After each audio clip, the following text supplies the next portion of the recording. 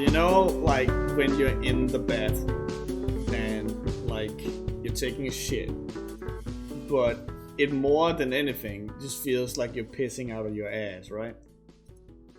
You know a story's gonna be good when it starts out like that. I don't know what it is, but so yesterday I had to fucking stay at work for like half an hour, maybe 40 minutes extra, because I did not dare to leave, because I must have eaten something that like upset my stomach, because I was just running back and forth between like my computer and the bathroom, and it was the same thing again today. So if I at any point during this podcast have to like suddenly just run, now you know it hasn't been an issue since I got home, which is like an hour ago. So you know, I don't think it's gonna be an issue. I just thought it would be a fun way to start the podcast, and because like in case it does happen, then I got my bases covered. Very good to know. Very astute, if you will. Yeah. So I'm just like, fuck me, bro. I can honestly relate to that shit because I think I told you, like, I drove down to pick up my new roommate, right? Yeah. I ran into that issue where I just had to go super bad, but I had to wait for the next rest stop to happen. And once I got there, I had to fucking contend with life's true final boss, which was a public restroom. Oh, no.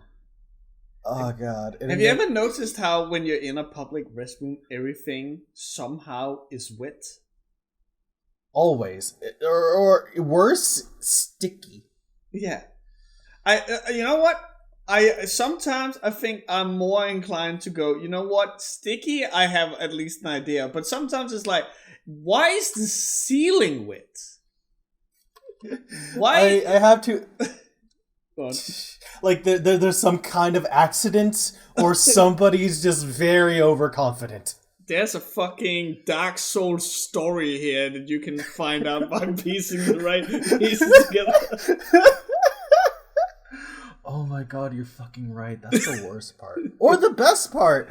I don't know. If you ever like lore, go to a public bathroom, try to figure out what happened. What souls ended here. This is what... so I found out that there's actually a Twitter account called Dark Souls Toilets. This is what Dark Souls Toilets should be about. Oh my god. Honestly, like, I've seen that account before, and it's... First off, it's legendary, because the shit you find there is beyond cursed. I think, like, my most hated one is, like, the carpeted toilet. Oh, yeah. Oh, I do not like it, M-I-N. No, go fuck yourself. Have you ever seen those, like, toilet seats with fur on them? Yes! That has got to be, like, next to my ex-girlfriend's vagina, that has got to be the most disease-filled area in history. Fucking ooh. Yeah. Like, I think I saw like a shit post the other day where like the scariest story in like 2 words, and it's like it always came down to carpeted kitchen, carpeted bathroom, and 1 cup of vanilla extract. Yeah. So just awful. So about the whole carpeted kitchen, right? I brought this knowledge into the world a few weeks ago, where my brain just had like big boy moment, where it occurred to me, you do not have to stand up and do your dishes. You could get a chair. Yeah, exactly. What is preventing you from getting a chair and do your dishes sitting down? It usually has to go to like organization, because at least with me, I know I am a lazy fucker, and I put my soap next to my sink. And if I were to sit down in my position, because I tried this before. I tried this when I worked at a fucking, as a dishwasher at like a big old company. Like, what if I just got a chair? No one would give a shit. And like, your arm, I don't know if this is just design, but like a lot of sinks are just made very wide and very tall, just far enough where you can't reach the fucking handle if you were to lean. And because everything's wet, if you lean into the fucking sink, you could slip off the chair and then into the sink, and then the sink falls down onto the floor, and then you gotta call the landlord, and then that's another couple $1,000 out of your ass.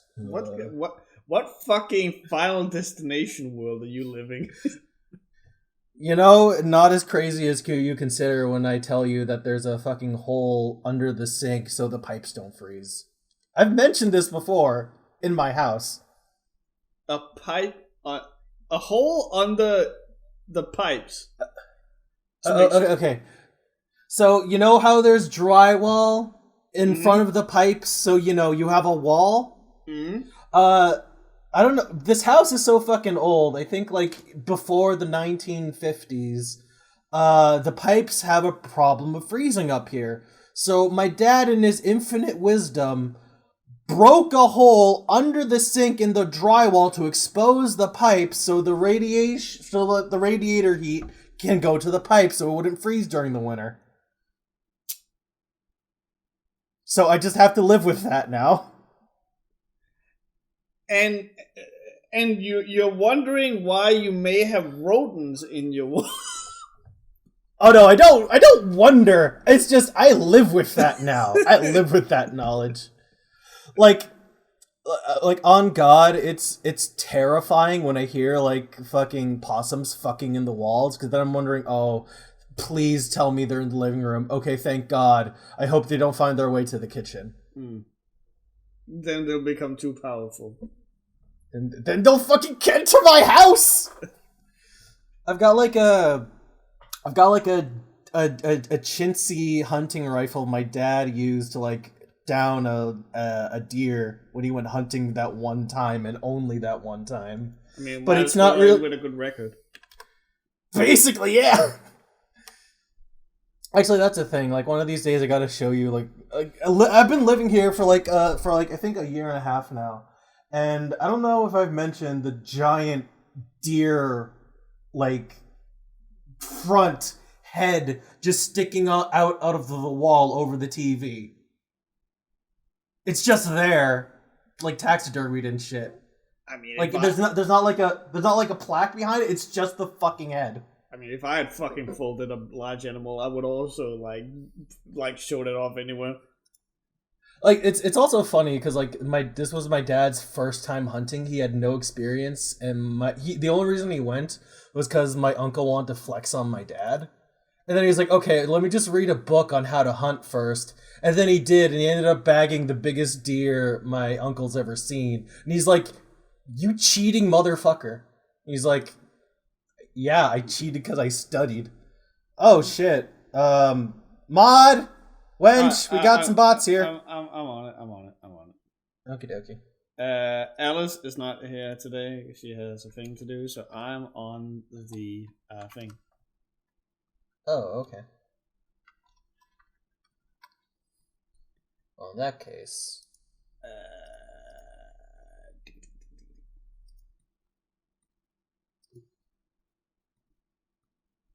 Oh my god, what the fuck? I have to write a fucking memoir? What the fuck is this?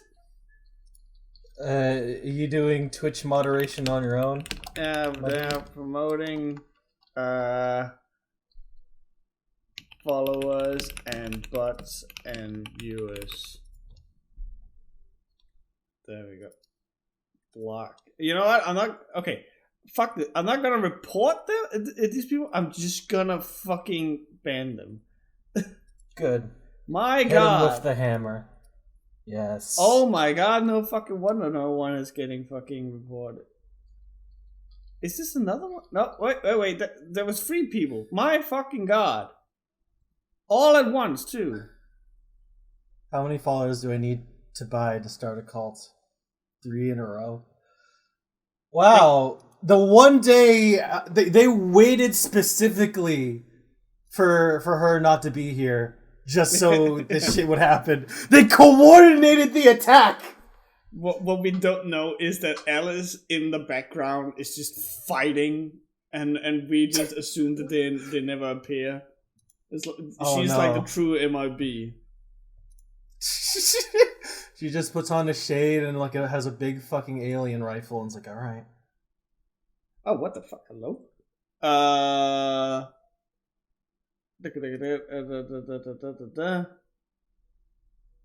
Oh, okay. I just got an email from Twitch just now, which was that person is banned. Like terminated or whatever the fuck. They dragged him out behind a shed and shot him. You know, the correct way you deal with bots on Twitch. So, Claudia, we haven't had a podcast in 2 weeks. Yeah, we had a lot of shit going on, haven't we? Oh, yes. I don't even recall what it was for me 2 weeks ago. My dad's birthday. But you've been on a fucking adventure, haven't you? I've had... Okay, so... I'm not going to get into too many specifics because I don't want to incriminate my friend when they're sitting right behind me at the moment. Hi. But it's like, a lot of the time I spent last week was just for mentally preparing. I think like last week specifically, I couldn't do the podcast because I was at my mom's house taking care of Corky because this is so fucking complicated and stupid. But my parents leave for El Salvador the week before I go to pick up my friend. So they ask me, okay, Cloudy, we need somebody to take care of the dog. Your little sister is in college, your older brother's a pharmacist, and you've got a stay-at-home job. You take care of the dog. And I'm like, bro, Dad, Mom, I'm driving to North Carolina in like a week. And he's like, oh, still stay, you still have a week when you're not driving. So I had to take care of Corky. And the last time I tried calling on a podcast, it was the time I was on my phone and the quality was ass. Super ass. On my end, anyway. And so yeah, I had to take care of Corky last week. But all of that was in preparation for me driving to North Carolina. And I want to put this in perspective. I've never driven that far before. And I haven't driven a lot, period. I think the only time I've ever driven a car since I got my license when I'm 25, so like at the ass end of last year, was when I went to visit my friend in Arizona, and they didn't have a license at the time, so I did all the driving. Mm-hmm. And that was my first experience driving a car, period. Tried doing that in the desert in the dead of night. And then the second time was just like driving to the pharmacy. So I had to drive...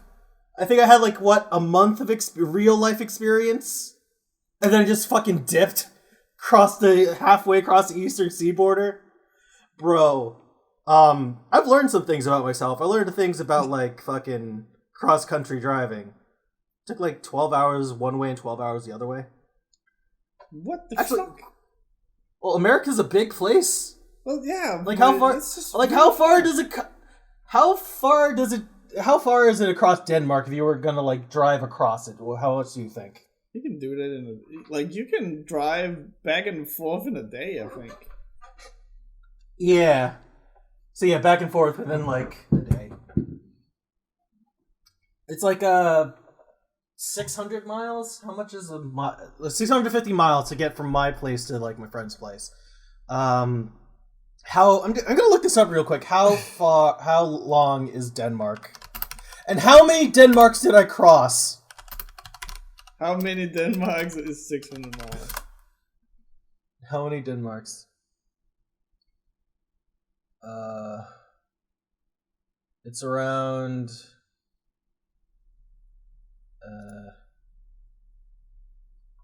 it's hard to find a concrete answer. Chat, can we get chat here? I'm bad at reading Wikipedia.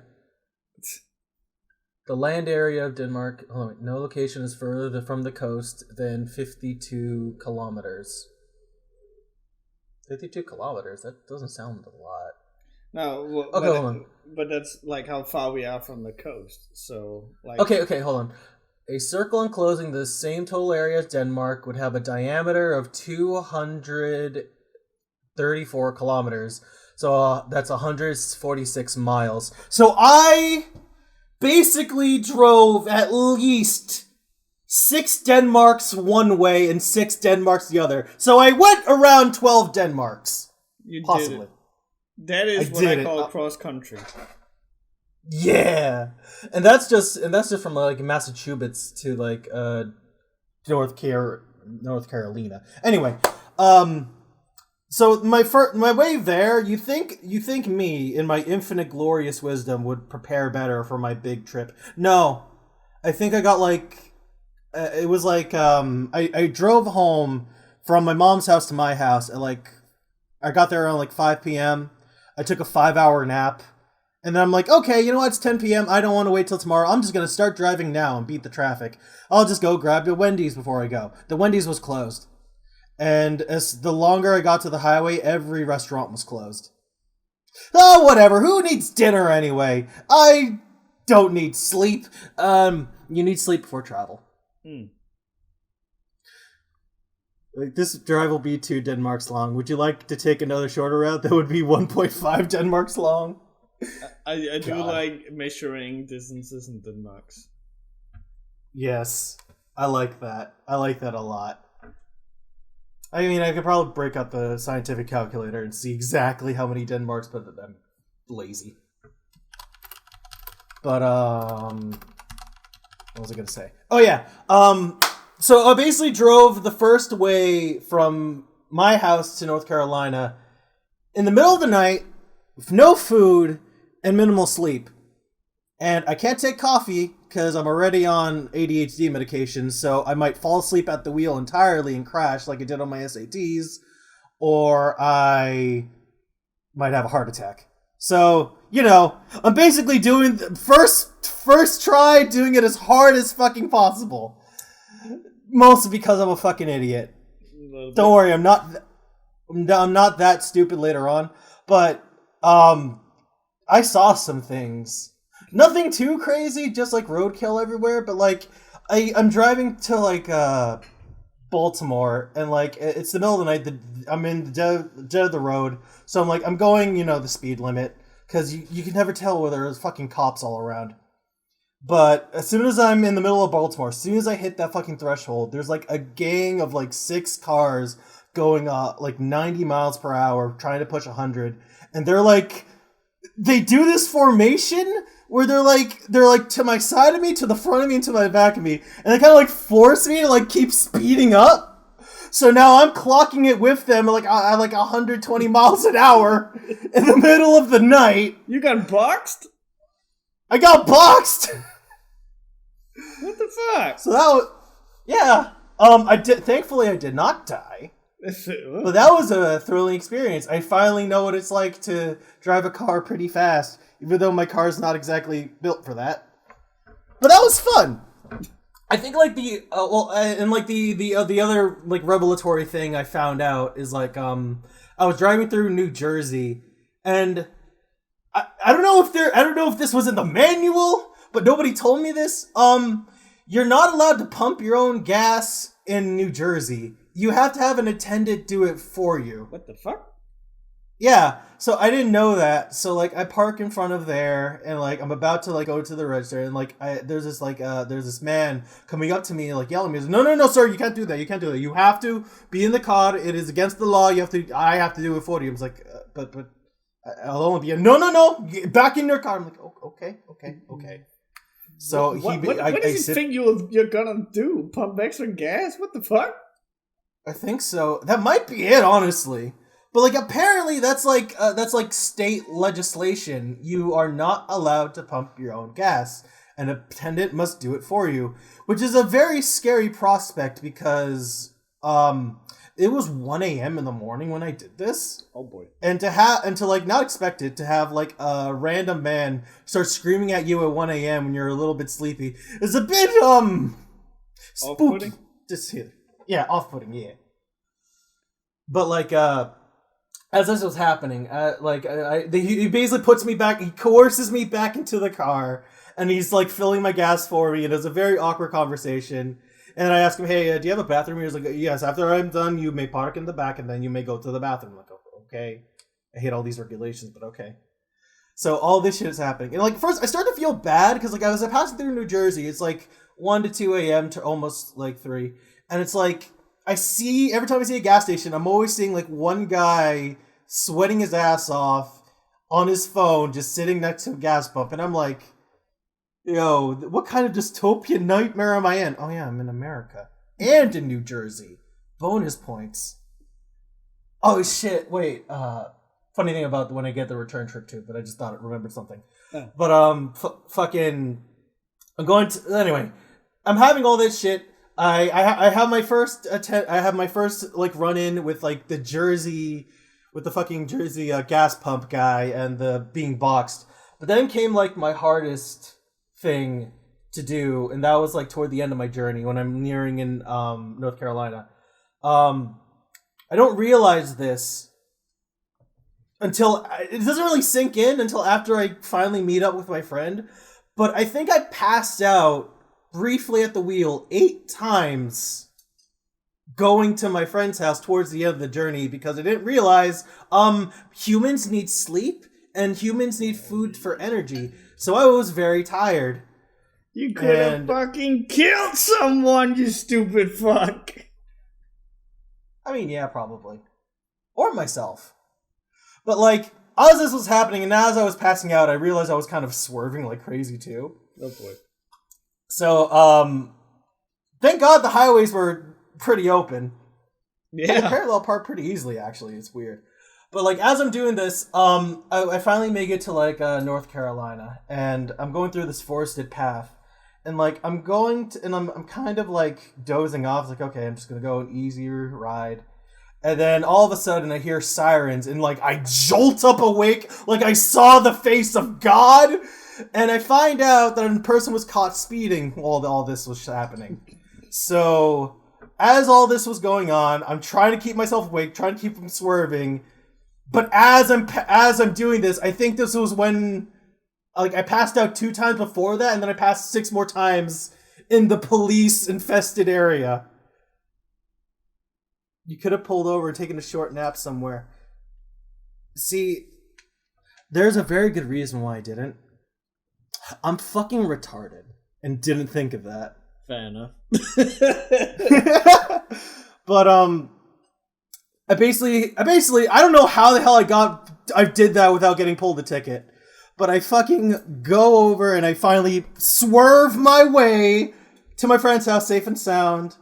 I drive, we pack up. My friend is kind enough to like buy a night at the hotel so I can pass out. And as we're in the hotel room, and I'm like, flipping through my phone, I want you to realize my greatest feat of stupidity. I learned what cruise control was in that hotel room. Oh my fucking god! So I want you to imagine Cloudy being tired, Cloudy being stupid, Cloudy trying his best to focus and keeping the speed manually because he didn't know what cruise control was. You know, most people would probably not mention that part of the story to not make themselves look like a fucking dumb cunt. I mean, yeah. Do not use that if you are tired. So it's funny. I was bringing that up because I think it was kind of a blessing in disguise that I didn't know about cruise control during the time I was like dozing off like constantly. Because the thing that would wake me up would be like the tires hitting like the grooved pavement on the shoulder, and that would like jitter me awake. Like, okay, shit, I don't know what cruise control is, but I never use it. Dabs. Good job, Raj. So, thankfully, Cloudy learned his lesson. He decided never to do hard mode again when driving cross country. I proved to myself if I ever had to be a trucker, I could do it. Oh, yeah. But I'm never doing that shit again, let me tell you what. But the idiocy does not stop there. So once I've unlocked the power of cruise control, I'm happy, I'm good, I'm running the speed limit. I'm being, plain old citizen. And then, first off, for the majority of the thing, everything was pretty smooth sailing after my idiocy that was the way over there. I'm not even going to mention all the times I got lost because I misunderstood the GPS. That's just normal cloudy. But the point I want to bring up was an event that happened on my way home. Because out of North Carolina, there was, for no fucking reason, monsoon level rains and shit, right? Oh, shit. And, everyone's speeding, everyone's being crazy, yada, yada, what do you expect? So, I didn't notice this until, just barely had the last possible moment to notice. But my entire lane I was in, dead stops in the middle of the rain. And I slowed down and, lightly hit the brake, because, it's raining, you don't want to start hydroplaning. But I realized, everyone's going to stop, everyone's going to slow down too. But no, they're dead stopped, and I'm like, oh shit! So I had to slam on the brake, and I don't know if I start hydroplaning, but I kind of just barely get to the stop I need to. And okay, I'm going to hit somebody, I better go to the shoulder. And right as I'm about to, I noticed that right next to me out of the corner of my left eye, there's a fucking guy who took that idea first, and the guy behind me took the shoulder I was going to take, so it was in the spot I was going to go to. So I can't slam into him, can't slam into him. So I have to barely edge my car to the left, because I'm on the left side, and and right next to me and to the right is the center lane. So I have to turn my car pointing kind of toward the center lane. And I just stop, thankfully. Nobody cars hit. And as this happening, a fucking semi-truck whizzes past by me in the center lane, I swear, it almost clipped my mirror. And thankfully, nobody got hit, nobody got hurt. I was waiting for someone to hit me in the back. Thank God they were responsible drivers and didn't hit me. But I'm okay. Buddy, you good? Okay, we're good. So I keep on driving, and then I go to the next gas station, and the realization, it didn't hit me immediately. It's oh man, that was silly. But then I go to the gas pump, and then the realization just actually clicks. Yo, you could have got an isekai, right? And I'm Whoa! And I collapse at the fucking pump as I'm doing it. My legs didn't want to keep up with me. Your brain just starts playing the fucking Sword Art Online opening triangle.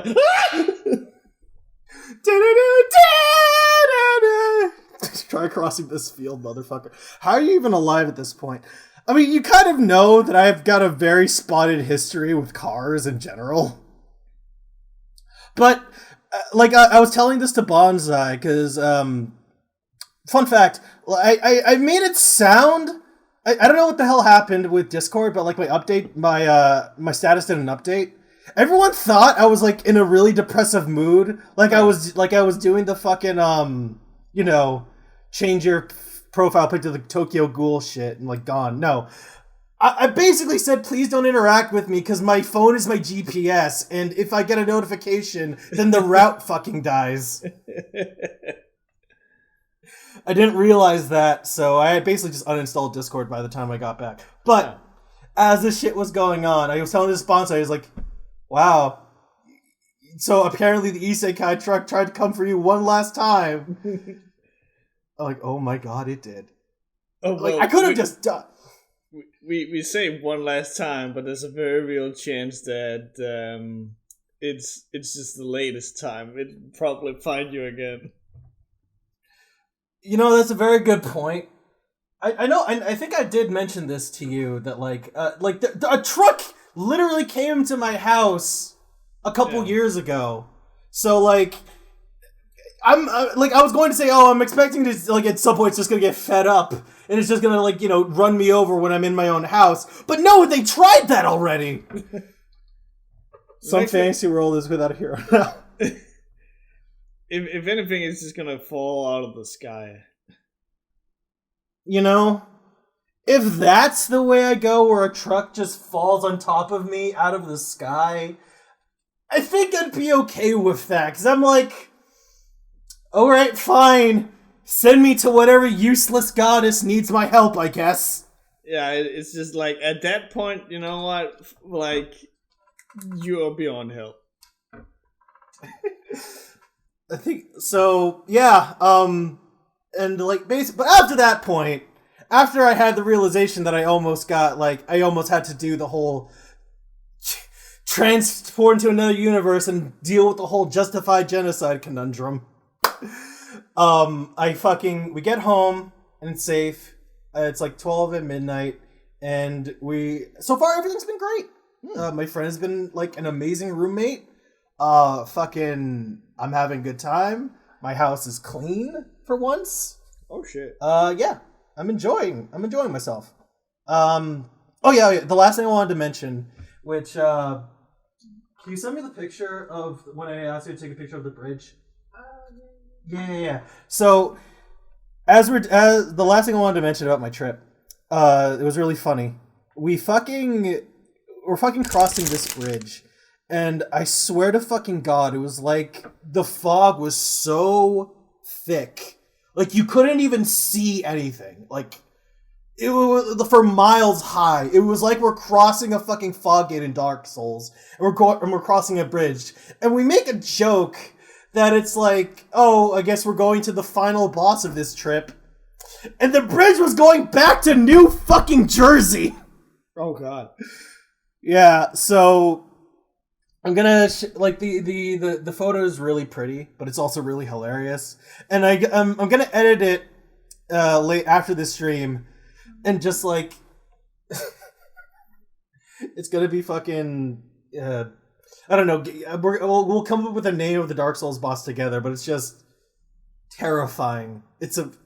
We cross the bridge, we go to New Jersey, and I get lost one last time before we go. I swear to God, when Konami announced that they were going to remake Silent Hill, I didn't think it was gonna like change the main character to you. You know, it's funny because like while that was going on, we were making jokes like, "Oh shit! Like there's nobody on this highway. I guess we transported to Silent Hill. Oh no! Do I have to kill my wife? Quick! Don't marry me. Do your best not to marry me."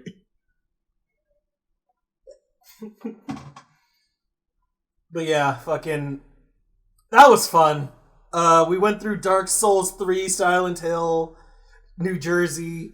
I almost got isekai'd. I am either incredibly lucky and like cashed out on all my good karma. Thank you, by the way. Or like, I don't fucking know. I like how it's, oh yeah, I passed through Dark Souls, Silent Hill, New Jersey. Basically all the same shit at that point. New Jersey equals Fallout. New Jersey Fallout. Is there a New Jersey Fallout? I don't fucking know. I don't care. Me neither. Okay, hold on. So like there's the bridge crossing it where you couldn't see in front of you anymore. Do you want me to bring it up on... Nah, I just want you to see it. Alright. And there's like the sign where we realize we're in fucking New Jersey. Oh, bro, you're holding that fucking wheel like your life depends on it. Which, you know, for all intents and purposes, it does. Okay. Actually, you know what? If you want to share it, go ahead. Because I think that's funny. We're gonna have a cloudy hand reveal. But yeah, fucking... I guess that's like another thing that I learned about myself when I'm driving. This might be because I was on my ADHD meds, but like I tend to slouch a bit when I get like really focused, and I focused really damn hard because I didn't want to fall asleep in New Jersey. Because you know, who wants to fall pyramid asleep heads walking around. What's to fall asleep in New Jersey? Who wants to fall asleep there? But like, I kind of like when I get really into it, I fucking like grip my hands really tightly, and I'm like leaning in, like I'm playing a fucking video game and shit. Like, okay, I can't fuck this up. This is the final boss. We're gonna do this. I swear to God, like, just looking at this picture, it's like, wow, how fucking Hispanic are you? You even have the fucking crosses and shit hanging from the fucking rearview mirror. pretty hard, actually.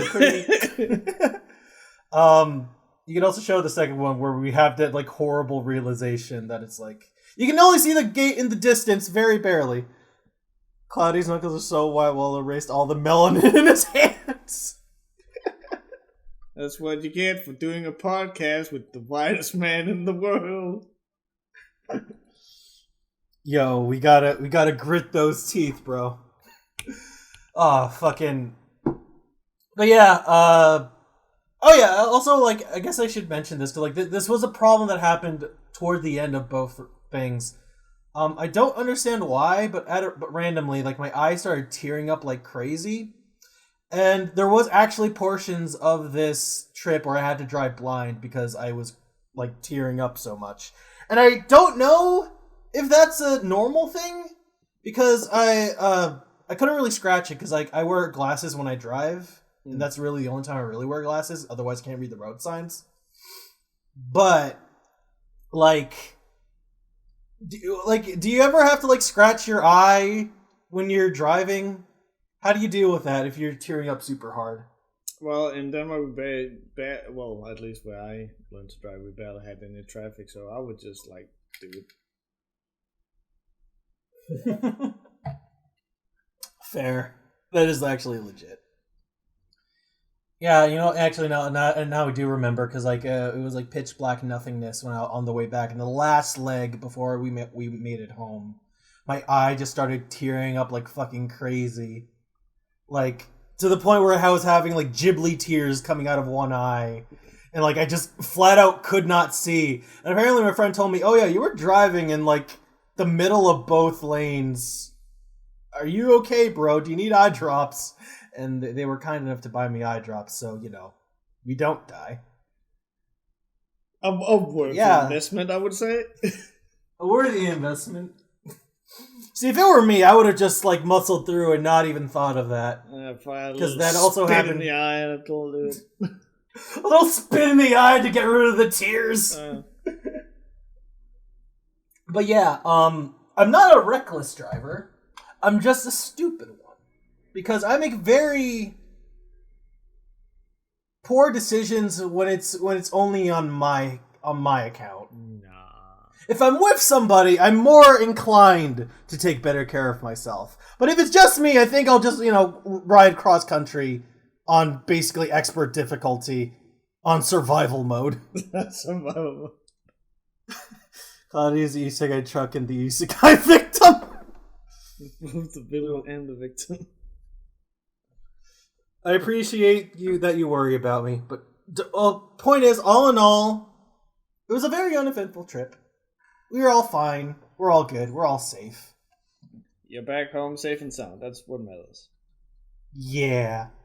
And I'm probably not... Well, actually, I have to drive tomorrow to pick up more of my meds. But after that, I'm not leaving my fucking house. Well, fuck that. Who wants to do that? Yeah. But yeah, that was basically my whole weekend. Just last week, taking care of Corky. And then this week, just driving so far... Okay, hold on. I'm gonna... Hang on, because now this is bothering me. How much is 1,300 miles divided by 143? 9 Denmarks! It's not. I drove 9 Denmarks last week. Gonna write that one down. 9 Denmarks. There we go. I drove 9 Denmarks. Yeah. That's a podcast title. I like that. At least for now. Yeah, that was what I was doing. How about you, my good sir? Well, not a whole lot. Like, I haven't been to Silent Hill like you. So honestly, like, more or less just been kind of uneventful. I've been very busy. Just I started seeing a girl, and we've been. Okay. So I had a couch, and I when I initially bought the couch, my dad was helping me hang up some shelves above the couch, and when he stood in it, it broke. One of the legs sunk into the couch.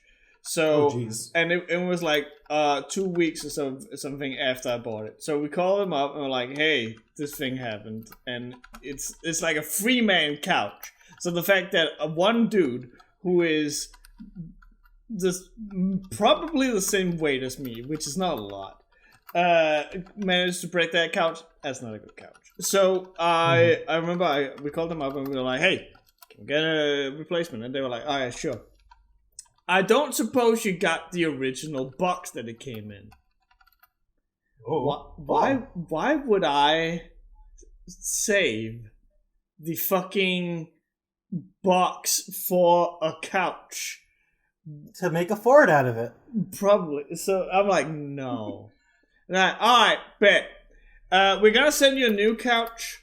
So what we want you to do is that we want you to take the box from the new couch and put the old couch in that box. Now, the couch is like 200 kilos, which is a lot. So I had to fucking like single-handedly try and fucking maneuver this goddamn couch into the box. And then the entire next day where they were supposed to come pick it up, they did not come and pick it up. And I had to call them, and it turns out that they hadn't fucking put in the order for the Danish postal service to come pick the fucking thing up. So that was a huge fucking back and forth, and finally, eventually, I got them to pick that couch up. Now, fast forward about a year to last week, where a little further back, where me and this girl that I'm seeing, we are sitting in the couch. Legit, we're just sitting there, no hanky-panky. We're sitting in each end and kind of like just talking. And all of a sudden, it breaks again, the exact same way, with the leg of the couch going up into it. So I'm calling them up, and I'm like, "Hi, yeah, I want a refund." And they're like, "Yeah, what seems to be the issue? The same one that it was last time. This is now my second fucking couch." And they're like, "All right, okay, absolutely. You have to write down in this refund form that you want your money back, and then send it to us, and then we'll tell you about like when it'll show up, what to do, when to send it, and all that shit." I'm like, "Okay, fine, do that." And then it never comes.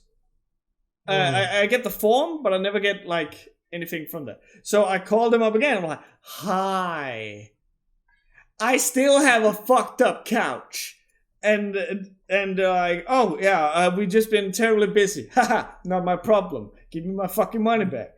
So because I kind of pushed this guy a little, and I'm always, when I talk to these people, I'm always the nicest person. All the shit I'm saying right now is just for humor, but I'm just like, "Hey man, can you help me with this, because it's kind of annoying," like humble, friendly, trying to work with them. But with this guy, I'm like, "Yeah, okay, bro, listen, you need to step your game up. I need my fucking money back." Like, kind of pushing him just a little bit, and he's like, "Yeah, okay, you know what, fair, we will trust you on this one, we'll give you your money back, but you still have to send the couch back to us." Like, fine. And then he's like, "Yeah, but you'll have to make sure that it's wrapped well." I don't suppose you have the box that the couch came in. I'm like, why the fuck would I save a box for a 3-person couch for over a fucking year? Build a fort. So again, I'm like, no. Why? No. And then it's like, "Well, you need to wrap it securely." And I'm like, "How the fuck do you supposed to do that?" And they're like, oh, well, you need to get like a box or something for it. I'm like, where the fuck am I, graphic designer, not at all a fucking warehouse work or anything, gonna get a box big enough for a 3-person fucking couch?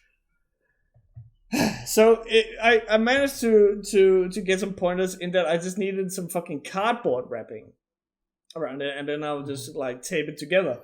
That fucking put me back like fucking $40. So I'm paying money to get a refund. Yeah, that's how it goes. Yeah. Fuck it. All right. So the day comes where they have to pick it up, and I had to like take a sick day from work to be home. And be here when they come pick it up, because I have to fucking sign some papers apparently. Mm-hmm. They don't show up, and the postal service closes at 5 p.m. 1 minute to 5 p.m.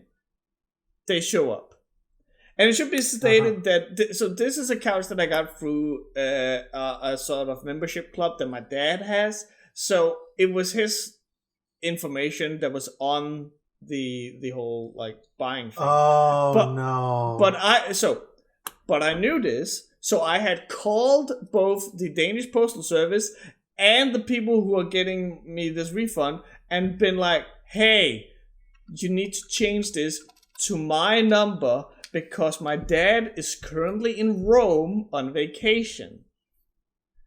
And then they're like, and first of all, the Danish Postal Service is like, apparently the people who punched in this number just put a bunch of zeros in here. It's a good thing you called, because we wouldn't have anyone to call. Oh. Okay. But that 1 minute before 5 p.m., I get a call from my dad. Because apparently, despite me having called both places, they still fucking called my dad in Rome.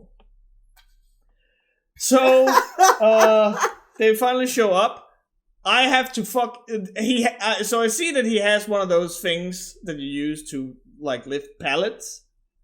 So I'm like, why the fuck are you not using that? But no, apparently, I have to fucking lift it together with him into the fucking truck. What the fuck are you getting paid for if I have to lift it together with you?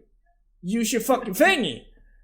And then he's like, oh, was that it? And I'm like, yeah. And then he's like, cool. And then he leaves. And I'm like, did I not have to fucking sign anything? And he's like, nah. So what the fuck did I have to be home for?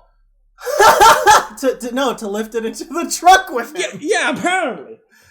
So now I'm without a fucking couch. Because I'm currently waiting to get my money back. But fortunately, I managed to deliver this couch the day before that I got a big shipment of shelves from IKEA that me and the girl I was seeing them, put together. And now I have like this amazing shelf space over here. It looks really cool. Oh, well, at least it ends with a happy ending. Yeah, I guess. Other than that, not a whole lot. I'm having my first seminar tomorrow. Not tomorrow. Next week. Mm-hmm.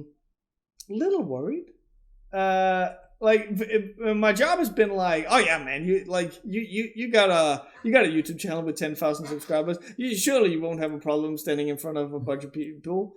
And at first, I agreed to doing this seminar because I thought it would be an internal one, but it's not. It's actually going to be a one for a bunch of different CEOs who are going to be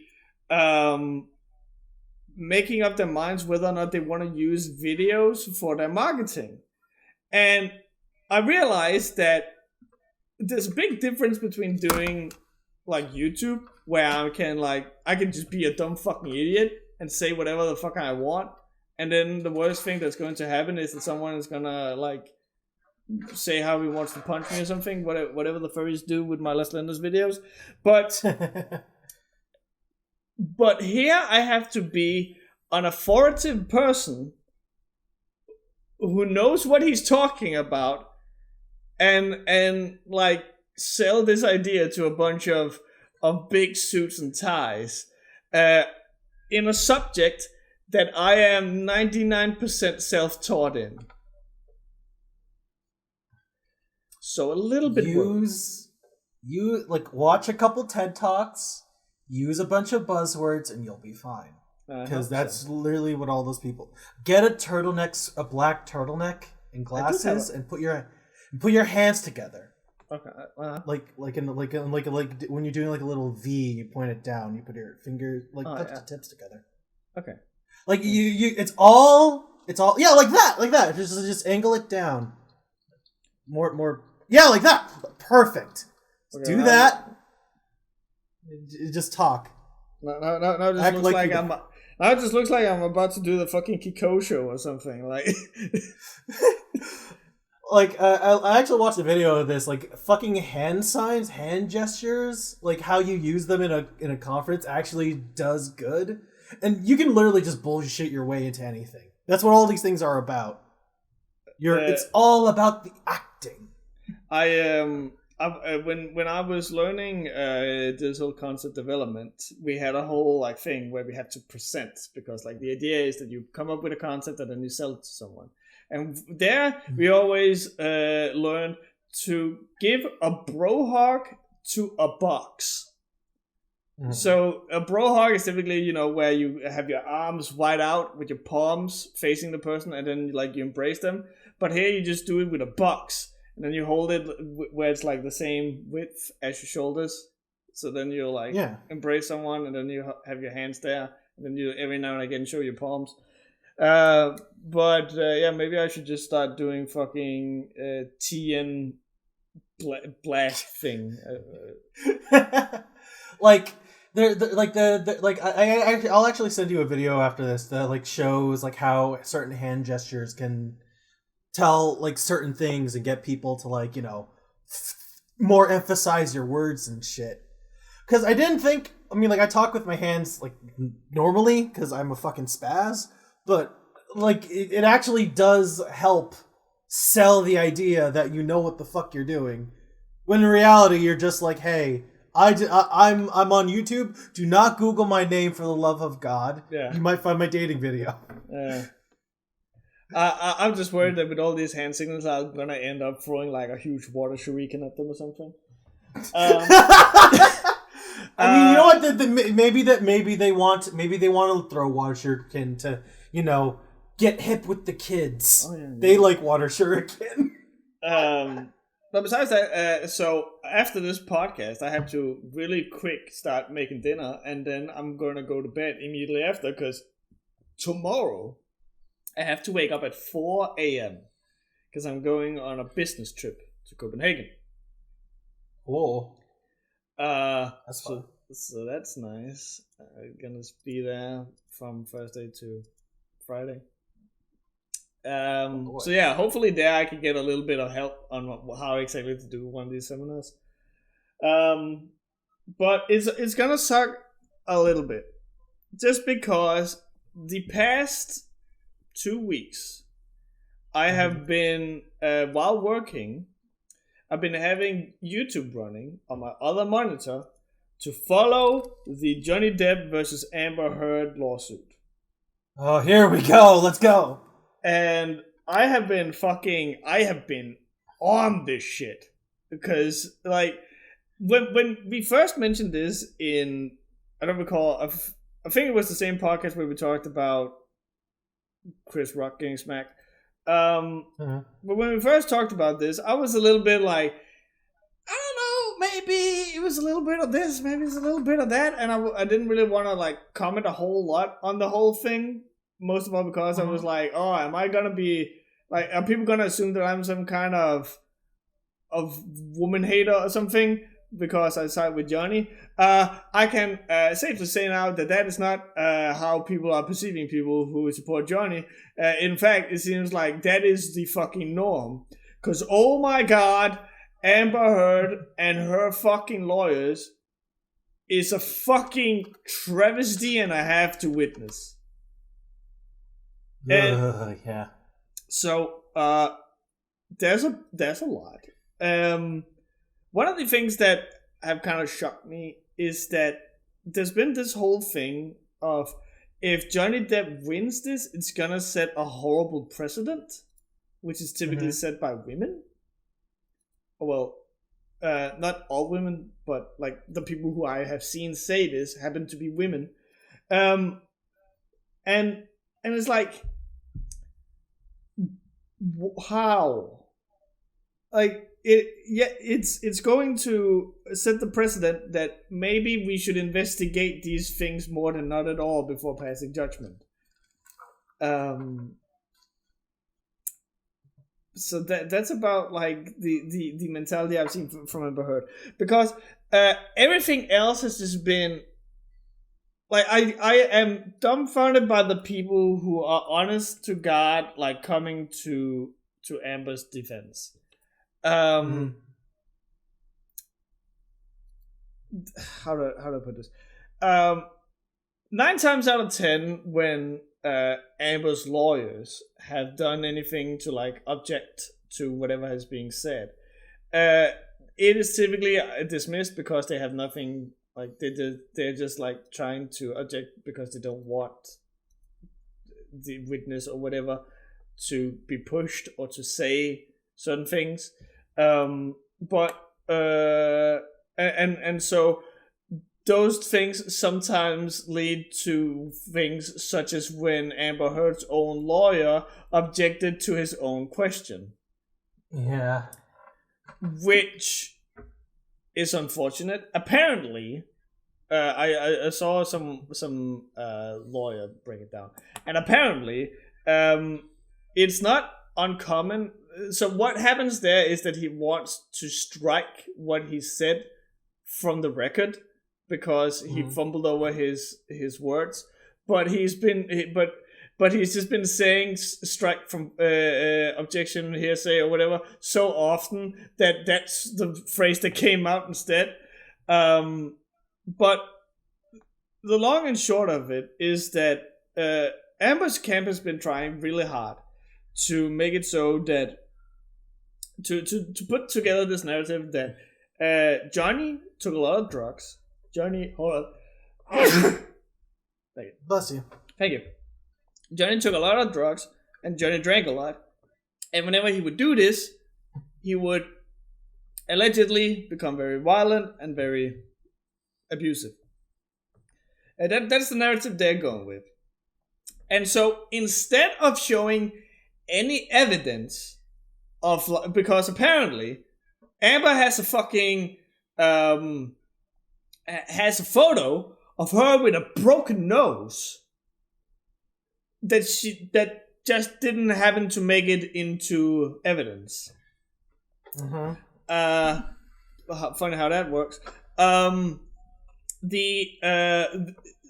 She claims that Johnny destroyed his own finger by beating it with a wall-mounted phone in a bar.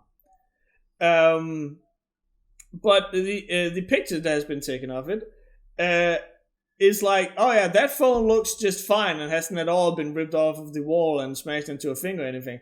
Why is that, Amber? And she's like, oh, that's because there's a second phone in there. It's just behind the person who took this picture. And the lawyer even goes, well, that's convenient. The thing that has like been the most like damning is that when Amber and Johnny got divorced, Johnny paid her $7 million in divorce fee or whatever it's called. And so on various different talk shows, Amber would then go and say that she was going to donate all of those money to 2 different charities. One for the ACLU and another one for something, I'm not entirely sure. It then turns out that she hasn't donated that, and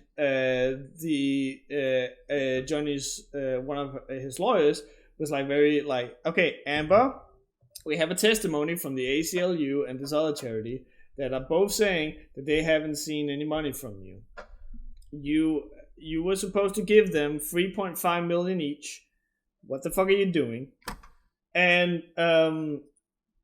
and Amber has been. I don't recall the wording she used, but she basically said that not intended, but there's a different English word I'm forgetting right now. But she had basically planned on doing it, engaged it, or something. I don't know. But she hadn't actually transferred the money. And so she kept being pushed on this part, and then Amber eventually caved and said that donating and engaging in pledged, I think it is. Pledged and donated are the same. She uses those two words synonymously. Yeah, synonymously. And her lawyer and then John's lawyer is like, that's not how it works. Because there had been one of these charities had gotten a donation of $100,000, but they tracked that money and found out that was a donation made by Elon Musk that Amber dated at one point, made in Amber's name, meaning that of all the money that had been donated, not a single penny was of those $7 million that she got in divorce settlement or whatever it's called.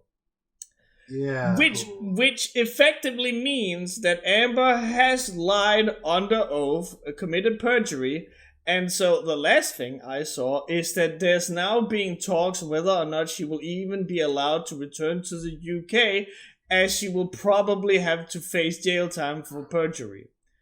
Which is interesting. I cannot begin to state how one-sided this lawsuit is, because again, every time that Amber's team has done anything, it's always just hearsay. It's always like, oh, I never like, even they called one of her witnesses today, who is supposed to speak for Amber's case, and even they're like, I never saw Johnny hit her. He said some vile shit, but I never saw him be violent with her. And the biggest evidence they apparently had for Johnny being abusive is, and I shit you not, a picture of him in a Hawaiian shirt sitting in a lawn chair asleep. I remember that one. The woman has allegedly been raped with a fucking bottle to the point where she started bleeding from down there. Nah, you know what? Not gonna have neither gonna document that, nor am I gonna get a doctor's note on that. In fact, every medical testament they have been able to together has been like, yeah, Amber's never been hurt. Amber hurt. Yeah, she's never been hurt. She's never been damaged. The police that showed up to during the 911 calls, yeah, none of them saw any reason to think that she was being domestically abused. There's even this great point where one of the lawyers is like, why did you not offer Amber a pamphlet that you typically give to abuse victims? And the cop, without batting an eye, just goes, because I saw nothing there that indicated she was in need of one. I'm like, fucking BAM! Damn. It is so fucking one-sided. I have not been paying attention to this, mostly just because of life shit going on. But it's hilarious how torn apart this fucking got. Because, I'm looking at this and I'm, vaguely recalling. I didn't watch the trial, 5 years ago when fucking Johnny Depp was, being crucified in a court case. But, he didn't have the evidence. And now that he does, he's just destroying it one shot after another. Yeah, they fucking came prepared. All of their evidence is just, here's fucking every single person who could have seen any of this happen have been there with receipts. There's video, there's photo, there's audio, there's there's even the fucking recording of Amber going, yeah, I'm sorry that I hit you, but I didn't punch you. I'm sorry that I hit you, or even like things where like you can tell from the way that things are said that this is after she's abused Johnny. There's the fact that Amber has a previous domestic violence like record. Like she has a fucking thing on a record because she abused her former girlfriend. Like this, like the literal only thing that is keeping this woman like from not just being like crucified seems to me to be that she's a woman, because because people are worried that if we then start going, if we start not believing victims of abuse or rape or something like that, then there's a lot of actual abusers and rapists that are gonna go free, because like we're not going to believe these people.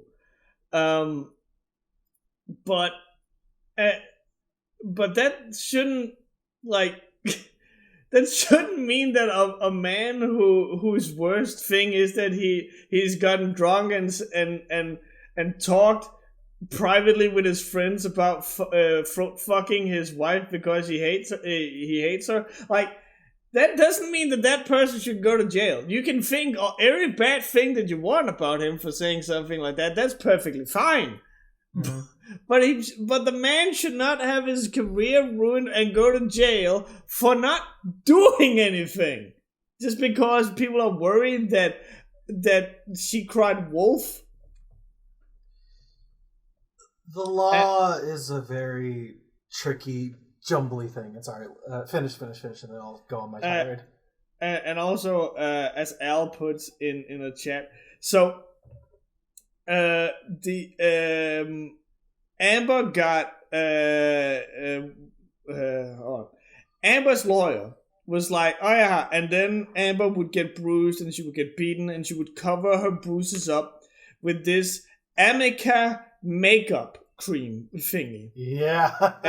And then the fucking company that makes this cream came out with a video and was like, fucking no, it didn't get, like, we didn't put out this cream till like a year after you guys got divorced. What the fuck? I love that fucking TikTok because they use the fucking backyardigans. Like, I'm an international super spy. And so that actually got like a part 2, which is really interesting, because during all this, no one in the case are allowed to do any outside research. They're not allowed to go on social media. They're not allowed to confer with any outside sources or anything. Basically, it's supposed to all happen in a vacuum. Funny enough, all of a sudden, between one day to the next, Amber is suddenly changing the story that, oh yeah, but it wasn't exactly this type of Amica cream that I used, despite them saying so earlier. There's she started going off about the fact that she allegedly shat in Johnny's bed, and that has been memed to hell and back. So she was like, that's not funny that people are saying that. And I'm like, how do you know that people are saying that if you're not allowed to do any outside research? It became very evident that someone has been naughty. Like, you love to see it. You love to see someone struggle so horribly after all their dirty deeds just been fucking her up. Like, I think it was a stroke of genius, like, making this publicized and televised, because I don't think we could have had this case done civilly and quietly without Amber just, like, performance acting her way into a jail cell. Didn't she also just flat out fucking leave the courtroom at some point? I actually don't recall. I haven't the one from yesterday I haven't finished. I typically have I've been working a lot on the Berserk script, and I also have a little story about that. So I've typically had like the case on one screen while I'm doing like the script on the other. So I'm not entirely caught up with yesterday, but I have heard that she stormed out. So yeah. Also, real quick, if I'm ever in any sort of legal problems, get me fucking Camille Vasquez, which is Johnny's one of Johnny's lawyers, because she fucking you know how in Hajime no Ippo in the first round when not in the first round but in the second round or something, when the bell rings and they like turn to face the fighter, and all of a sudden the opponent is just all up in their shit and they just start fucking beating on him. Yeah. Like they fucking teleported from one corner to the other. That's the fucking like mentality this lawyer had. She, the way that I put it for Alice is that she's basically been sitting this entire court case and just staring at Amber's jugular, and the moment she got let loose, she just fucking went for it. There's this thing that Amber does, which is that she's trying to talk in circles around a subject. So even when she's getting asked a yes or no question, she'll be like, that is what happened on that day to according to this person. And the thing about Camille is that she is so fucking sharp that she's like, you have stated verbatim this thing happened. And then it becomes, did you say this, yes or no? And Amber will be like, well, you see, and she'll like try and worm her way out of it, and she'll just go, no, Amber, no, misheard, yes or no, did you say this? And again, Amber will refuse to say yes or no, and she will not let her go. And she is the funny thing is that she's very she's this petite, cute looking girl, and she's very polite. She's always referring to her as Miss Heard and saying, "Will you please do this or that?" But she is such a fucking sass queen as well. Like I said before, the real phone was behind the person who took this picture. Convenient, isn't it? Hey, you said that Johnny was the monster in the relationship. He wasn't the monster, was he, Miss Heard? It was you, wasn't it, Miss Heard? Like, she's fucking going in on this woman. Oh my god. And that's amazing. And the best thing about that part was that, during this cross-examination, that was where Amber was like, oh yeah, but I have a picture of me with a broken nose. And Camille is then like, why did you not, if you had that, why did you not submit it to evidence? And Amber's like, that's not my job, and looks at her fucking lawyers. And I swear to God, ever since I heard that, there has not been a single fucking objection from... well, there has been a few. But there's been very few objections from her lawyers. Because she's like, oh, you're going to throw us under the bus? See how you like it down here with us. And every time that they did try and object, Camille was fucking ready. Because they'll be like, oh yeah, objection, hearsay. And she's like, nope, that's a spokesperson. Those are except for the rules. And they're like, and the judge is like, she's right. Mm-hmm.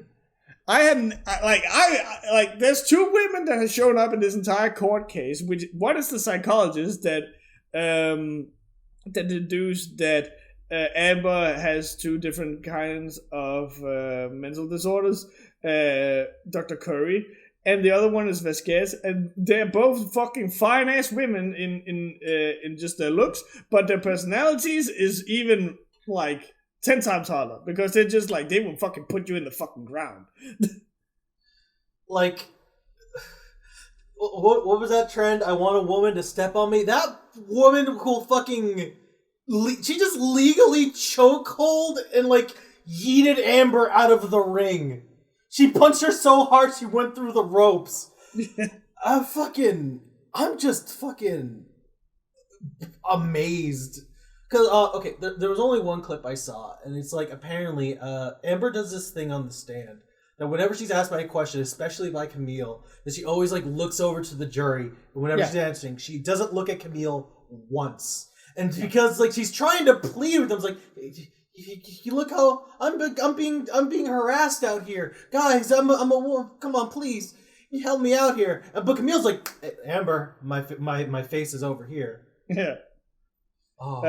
There's I noticed there's a Twitter account from someone who's sitting in the courtroom, and they're more or less only tweeting about how the jury is reacting to everything, and apparently, like they have basically written that we should not be worried about the jury being affected by Amber because you can visibly tell that they are fucking done with her shit. Whenever she's like looking pleadingly at them, there's a moment when Camille started bringing up the whole thing of her not donating the money that she pledged to do.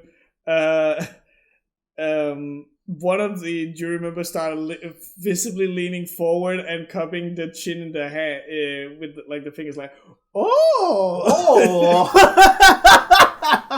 It's like, I see. You have my attention. I'm listening intently. I am looking respectfully at those receipts, Miss Hart. It's like we talked about this before the podcast started, but like, how do you have 1,000,001 receipts and not put in the important ones?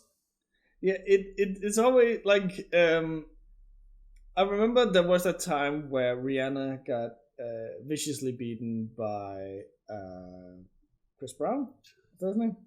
So the Chris Brown or Drake? I honestly don't remember. It wasn't Drake. I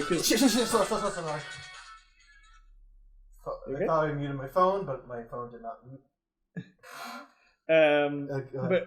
But yeah, when she got beaten, it looked horrible. Poor fucking Rihanna was black and blue all over, busted lip, swelled. You could barely fucking recognize her. When Amber apparently has gotten beaten with a hand that was always covered in thick, gaudy rings that Depp was known to have, what the worst she had was a slight discoloration on her cheek. And she's like, no, but I covered it in fucking makeup. And I'm like, huh? And the funny thing is that she's also stated that I busted my lip and here's a picture of that, and sure enough she does have a cut in her lip. But we have several times now seen her during the court case that she does what I also do, which is pick that skin off your lip, which sometimes leave a hole and leaves the lip to bleed. Yeah. So it's like, there's several photos that she's claimed are like two different photos, but you can tell that one of them is the exact same, but with the saturation turned up to make her look more red, which is something even Camille pointed out. And they also had all these pictures go through a forensic expert who is like specializing in looking at pictures and metadata and all that stuff, and he was supposed to receive all those files March last year, I believe it was. November last year. He got them. He hasn't even received them March of this year, which is where he had to, at the very latest, write his testimony. But what he did deduce is that none of these pictures that he received were the core files, as taken straight from the camera, and had in fact been through several programs, some of which being Excel. And I remember that one of them was Excel, first of all, because why would you put a picture through Excel? But the second one, reason why I remember it, is because apparently he can tell that it's been through an Excel that has not been activated. It's a pirated version of Microsoft Excel. And you can see that on the metadata because apparently these pictures were taken in 1977. Oh, that's damning. So, again, as you say, it is a wonder how someone who claims to have so many receipts has not given a single, like, picture or receipt that is incredibly damning. There is the video where Johnny is being recorded against his knowledge, which is a crime. Depending on the state, unfortunately. Yeah, but I believe that yeah. but I believe that that's a thing that they're also pursuing because in the state that they were currently in, that was a crime. I'm not entirely sure about that one, but in that video, he's like he's found out that his mom is dead, and so he's like busting up some cabinets and he's drinking a lot of wine. That is the most damning evidence that Amber has, and at no point does he even indicate that he was willing to lay a hand on her. Damn. So. I don't know. It's one of those things where I'm sat here going, this is the most open and shut case I've ever fucking seen. But I have been surprised before. This statement was like thrown around in the Wild West, but it's like, you have to realize this is like Johnny Depp had to lose first before we got a trial this open and shut. Like, he had to suffer with all this shit to begin with. And this is somebody who's incredibly high profile to the point his career was tanked. And if it's this hard for somebody to win an open and shut case, imagine how it is for like a regular Joe abuse victim. Yeah, exactly. Which it's fucked up. And I do feel bad for actual domestic abuse victims and rape victims. Because all of a sudden they're probably going to have, well, some of them may have to validate or confirm what actually happened to them as well, which shouldn't have to happen. But that's not because of Johnny. That's because of Amber Heard. Because like when I need to like figure out what the fuck happened in that first trial. How the hell she got away with all this? I don't fucking know. She sat eating while doing testimony. Bro, you can't do that. Can you eat in the courtroom? I don't fucking know, but I remember seeing it and I was like, that's fucking weird. I'm exasperated because like I'm always like absorbing this secondhand because I can't be bothered. But I'm just like, I think we're both in agreement. Like the reason all this shit has to be done harder is because of Amber, not because of Johnny. Yeah. Because Amber was the one who started this mess. She took advantage of, being a victim. And because of that, she abused it, just like she abused Johnny. And now, because of all this shit happening, everyone has to be put in under a lot more scrutiny. Which, again, overall, you'd think it is a good thing, but it also makes it a lot harder, because now, victims have to try harder to prove themselves when it shouldn't have to be the case. But now it has to, because apparently abusers like to take that victim route themselves so they can get away scot-free. Yeah, it's very akin to the whole Jussie Smollett thing, where he claims that he got attacked by a bunch of Trump supporters or something at 3 a.m. who happened to carry around a rope and bleach. Yeah. And then it was found out that no, he actually paid them to do it. You're so insistent on being a victim that you're taking every fucking victim in the world and throwing them under the bus. Yeah. Of course, on a D&D session, you can't just order food in the middle of it. God. I cast pizza.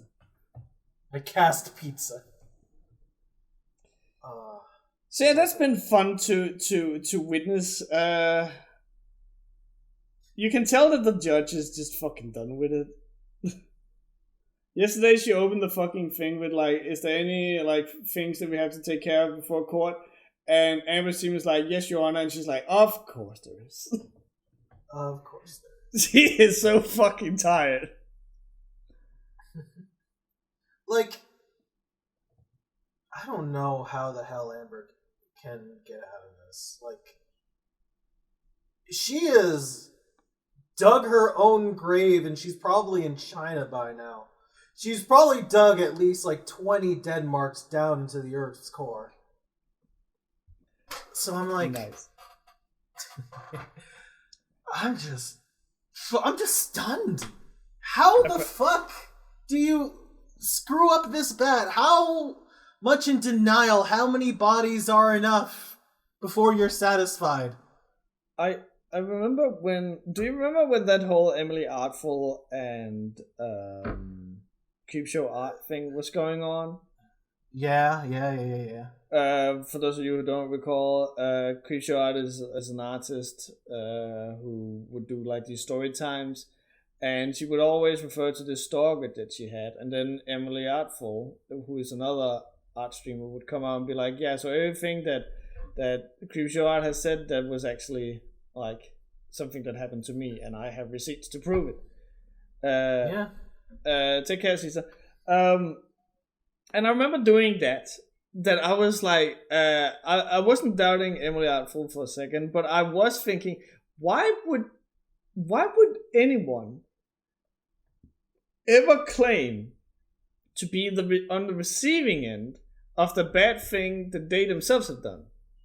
Because at that point, surely you must be acknowledging that the thing you did was a bad thing to do.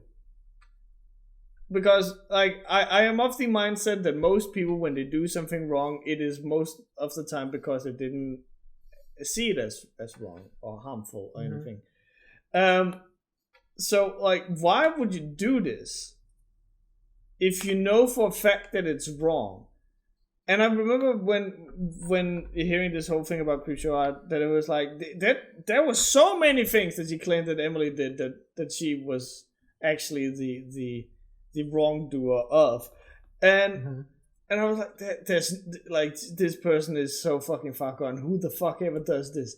And now we got Amber Heard doing the exact same thing. Johnny abused me when she was the abuser. It is fucking wild to me. I would have an easier time understanding it if none of them was an abuser, but Amber just wanted money. But the fact that she's actually the abuser and claiming that Johnny is fucking wild. It's a really common abuse tactic to, like, you know, make the person you're abusing think it's their fault. When you make them, that's like the ultimate thing an abuser can do to a victim, is to take the victim's spot and to basically force your abused victim to not only make them believe that they deserve everything bad happening to them, but to get other people to start abusing them too, to hammer home that point. That's why abuse victims take over that victim spot. It's because it's like a whole transfer of power bullshit. The one thing a victim has is like sympathy. Yeah. But when you take away that, then they got nothing and they have to rely on you. It is a fucked up, dark, psychological bullshit that I'm glad is getting exposed, and I hope it keeps getting exposed, because it's awful. Horribly, tremendously awful. It's funny that you mentioned that, because there's this one recording, and I remember just feeling so fucking like sick to my stomach when hearing it, where Johnny is like, I can't talk to you right now because you're so like, you want to fight. I don't want to fight. I want to like detach from this. So I'm gonna go and do my thing. You can do whatever you want, and I'll see you in a few hours. Okay? That seems like a reasonable thing to do if you're having like continuous fights, to just go, I'm gonna need my space, and I'm gonna leave, and then we can talk later when we are both calmed down.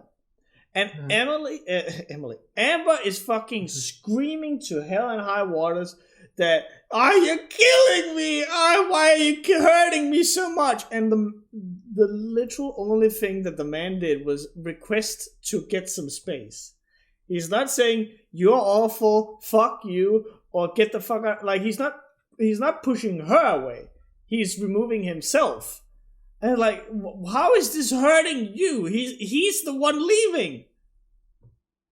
Again, it's an abuse tactic. Because he respects Amber enough, at least back then, to like do the mature thing.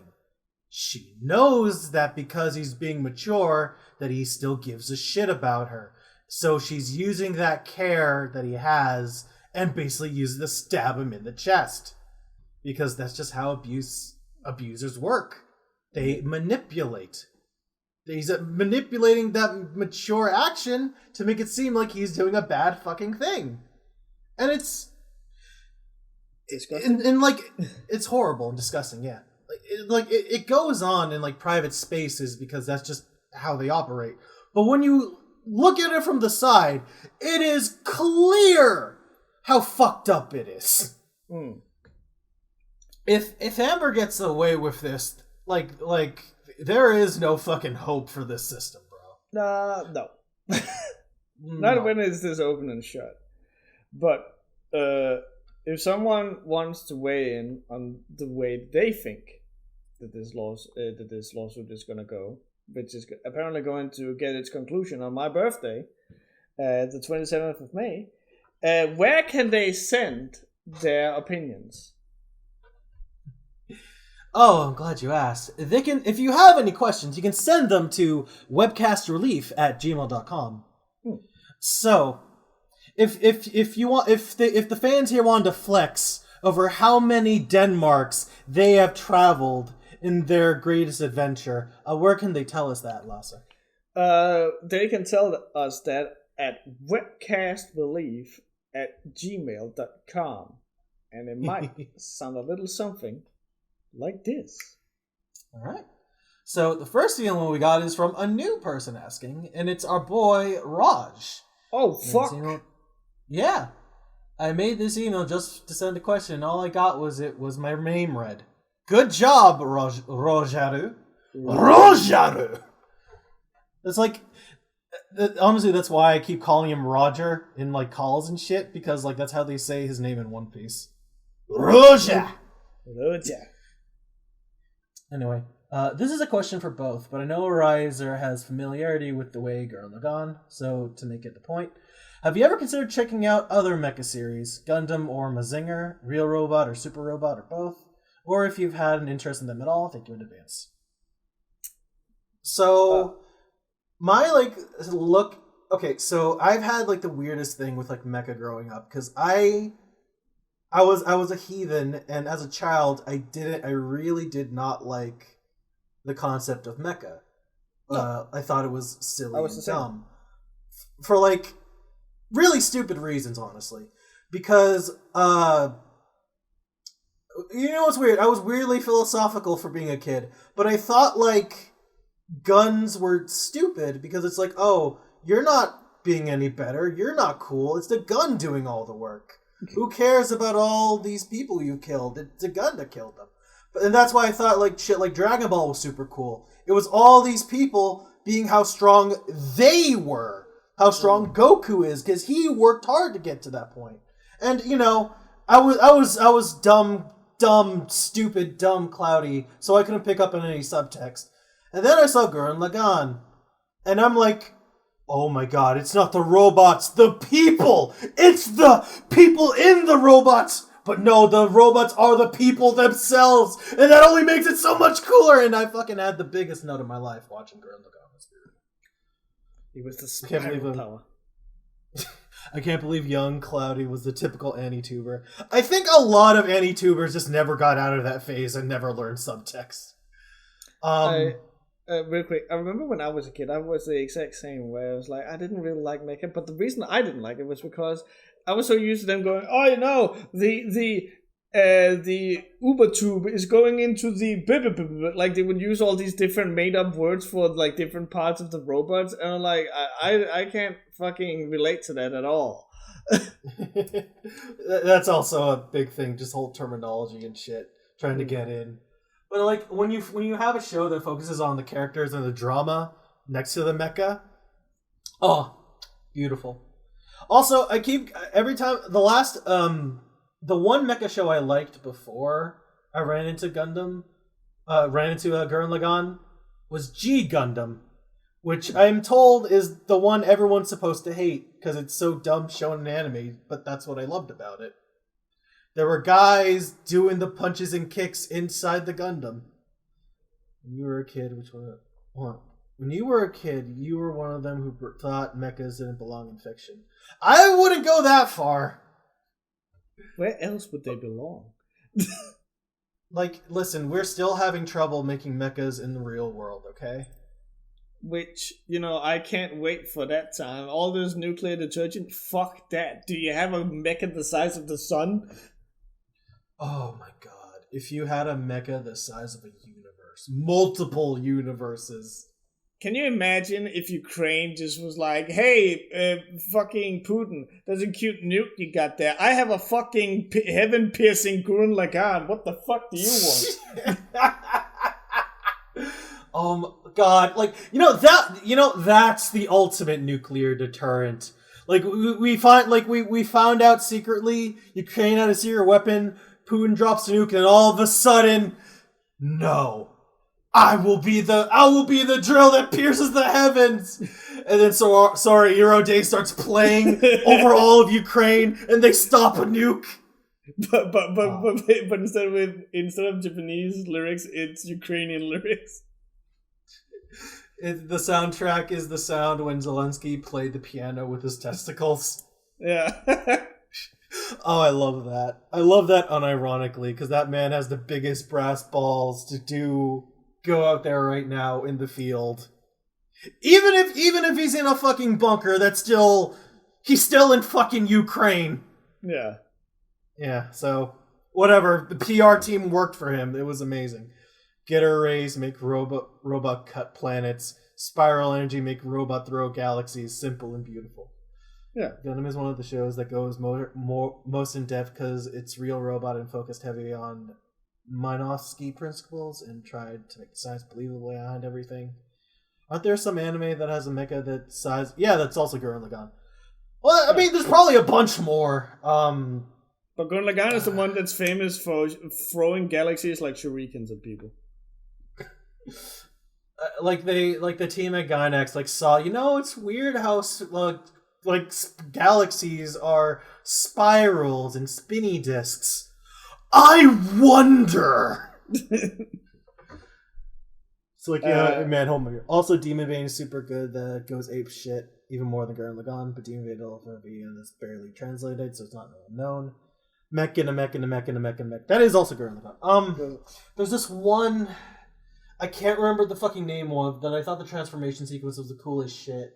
And it had a lot. It was like a big black robot. It was combining. It had a line on its chest. It'll come to me at the end of the podcast. But I'm having a growing appreciation, and I'd be interested in looking into mecha anime in the future. Yeah, same. Fuck, it's gonna bother me. Oh, it's not Mazinger. It's a different one. Not Voltron. No, it's No, I don't think it was a die getter or something. It was a... Fuck, I'll show it to Raj when it comes back to me. Throwing galaxies, feel sorry for the aliens from the galaxies that got wiped out. Fuck them. Relations, the robot from the future. It's not that one either. I'll show it later. Demon made two versions, one that grows so big the universe pops, and another who summons every multiversal possibility version on itself, including impossible ones. Wasn't that a thing in the first Gundam where the guy could see into every possible future at the same time in his mech? What the fuck? I don't know. Gundam gets fucking weird.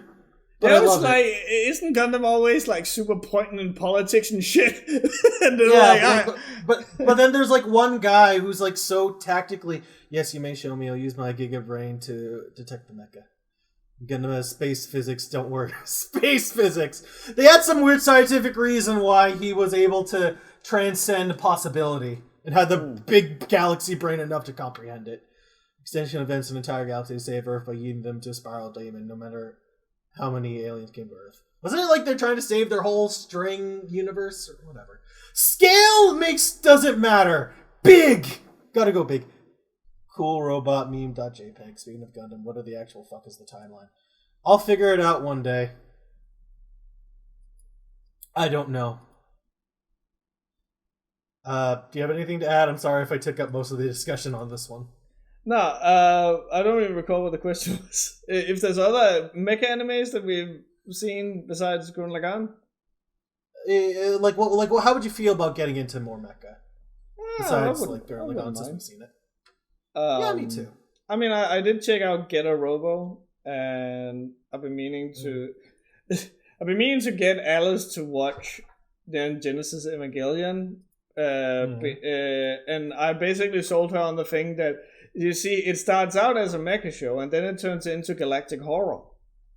That's a way to put it. Which isn't wrong. So, maybe going a little... I've read the manga, and, that's finished. But I haven't seen any of the movies or anything like that, so I kind of want to try that a little bit. Ooh. But yeah, I wouldn't be opposed to it. Next question? Okay, this next question is from Gao Gaigar! It was Gao Gaigar! That was the one I was thinking of! Sorry. The name just popped into my head and I just got excited. I don't think anyone could hear what you actually said because you redlined your mic so much. Oh. It was a Gao Gaigar. Genesic Gao Gaigar, I think. Gurren is Gurren Lagann's grandfather. Yeah, I want to get into that one. Big lion boy. I like him. But yeah, our next question for the podcast. Sorry for peeking the microphone. That's fine. This one's from our good friend Yeriko. And he's like, hey guys, have you ever had moments in your life when you really wanted to get into one thing and get good at it, only to realize you're actually good at something else, but didn't realize until after you tried Deformer because it felt so natural and seamless at the time? If so, what are they? And another follow-up question, how many things have you tried getting into just to try an experiment to get to which point, blah, blah, blah, which you're good at naturally? If not, what's your experience figuring yourself out? Basically, he wants us stories on when we tried getting into something and we realized we liked something else even better. And it turned out we were good at something else. Yeah.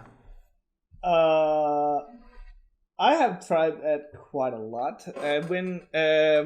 When I first started getting into fighting games, I always wanted to play as the fast character. Characters like Cammy or Leona or from King of Fighters, stuff like that. But I quickly found out that I do not have the reactions for that. But then I found out that I have a knack for grapplers and heavy characters, because in those I don't necessarily have to react. I am rewarded for predicting, and I think if there's one thing I'm good at, it is reading people. So and that has been a thing every fucking time that I picked up a new fighting game. It's like, oh okay, I want to play this cool fast character. Nope. Oh, I want to play this new fast character. Nope. I guess I'll try out this slow and grappling dude. Oh yeah, fucking! I'm wiping the floor with people. The only one that I've stuck with is Akuma, and that's only because of the Raging Demon. Yo, you put that on like a heavier character. It's done. Yeah, it's done. It's done. Goodbye, Daigo. That's why I had Android 16 on my team in Dragon Ball FighterZ for so long, because he technically had like a fucking one-hit kill grab, which is a self-destruct thing. Mm-hmm. So he's the character that I stayed on my team for the longest. Oh yeah, the dunk. But in things that people can probably more relate to, I used to edit all of my videos in Sony Vegas. Mm-hmm. And I remember like talking with Nick Nocturne, and I was like, "Hey man, like your videos are always so well edited. What program do you use? It's like, Premiere Pro. I'm like, Oh. And I at that time I had opened up Premiere Pro a good few times, but I could never. It felt so like confusing and complicated, and I could just never really fucking get it right. And then I remember I was doing my show and tell of Metal Gear, and I decided, you know what, this one I'm gonna do exclusively in Premiere Pro, just because, like, if there was ever a time to mix it up and try something new, this would be it. And I remember like kind of figuring out, I see it, and like learning a little bit. But then the next webcam relief I did in Sony Vegas, and I was like, wow, this is actually fucking trash. And then ever since then, I've edited every video in Premiere Pro. Honestly, it's one of those things, like, you'll never know how good you are at a thing until you do try it out, and I think that's something we can all relate to. I'd have a lot of stories about like Flash and sprite animation growing up, but I kind of need to use the bathroom, and I probably need to leave the call for that. But before that, I do have one thing I just want to bring up quickly. For the longest time in my life, I've had the hardest time. Just music and me never got along. Okay, it's just something that I genuinely thought nothing clicked in my brain. Partially because I don't think I have a set music taste. When I was playing my iPod, I would call it like schizophrenic, because the only thing I had on it were like long concert like sets from things I would watch that my friends would send me, or like the entirety of Triple Q's meme mashup discography. They were also really good. It's just I never really understood like if I had a taste for music or I had any idea. But it's also just something I've been, at least recently, been slowly getting more interest in. I used to do some editing for like very basic Audacity editing when I was on a different podcast, and I had a lot of fun with that. And even when I do some Flash animations, when it comes to like sound effects and stuff, I still find I have fun tweaking around, playing with audio. So maybe I have a knack. I just was too afraid to try, and that's something I've been planning about, especially on my drive back home. I was like, I should try making a meme mashup and see where that goes. Maybe I'm good at it and didn't know. Who knows? Like, I don't know. There was I heard. I don't know if this is correct, but I heard like some of the beats in fucking what is it, like the opening to Greatest Showman, that movie with the guy who plays Wolverine, and it's like Hugh Jackman. I swear to Hugh Jackman, thank you, and I swear to fucking Christ that there's a part of that song that sounds so similar to Despacito, and I want to see if I can make those two work somehow. Somebody else probably figured this out before me, way better than me, but like I'm gonna try to put that together because I haven't heard that mashup myself yet. Hugh Jackman. Yeah, he is. Jackman. Yeah. What was the thing you tried, rendering the entire video as one file instead of in segments? Yes, sir. No, that was the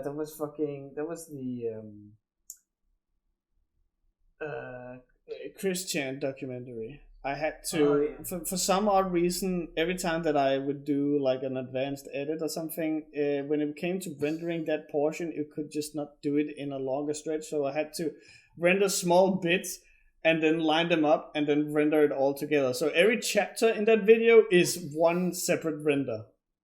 Oh. It was fucking weird. Yeah. But that's how it is when you work with Adobe. Sometimes you just wake up and see that a patch has fucked you over and you can't work for that day. Sometimes Adobe works, and we don't talk about the rest of the time if we want to keep our sanity. You fell out, bro. I said, like, sometimes it works, and the other times we don't talk about the other times. Yeah, exactly. Don't worry about the plates that you can't see on the way to the spinning plate thing image. God. Anyway. Me and my old copy of Macromedia Flash. Oh God, I forgot there was a thing. I'm old man Cloudy. I'm not paying a fucking cloud service when I still have this bitch. I don't blame you. But yeah, I'm gonna end the stream now because oh my God, I have an hour until I have to be in bed. Okay. I need to use the bathroom. I am dying. Y'all have a good day, everybody. Take care, everyone, and we'll see you guys next time. Take care. Bye bye.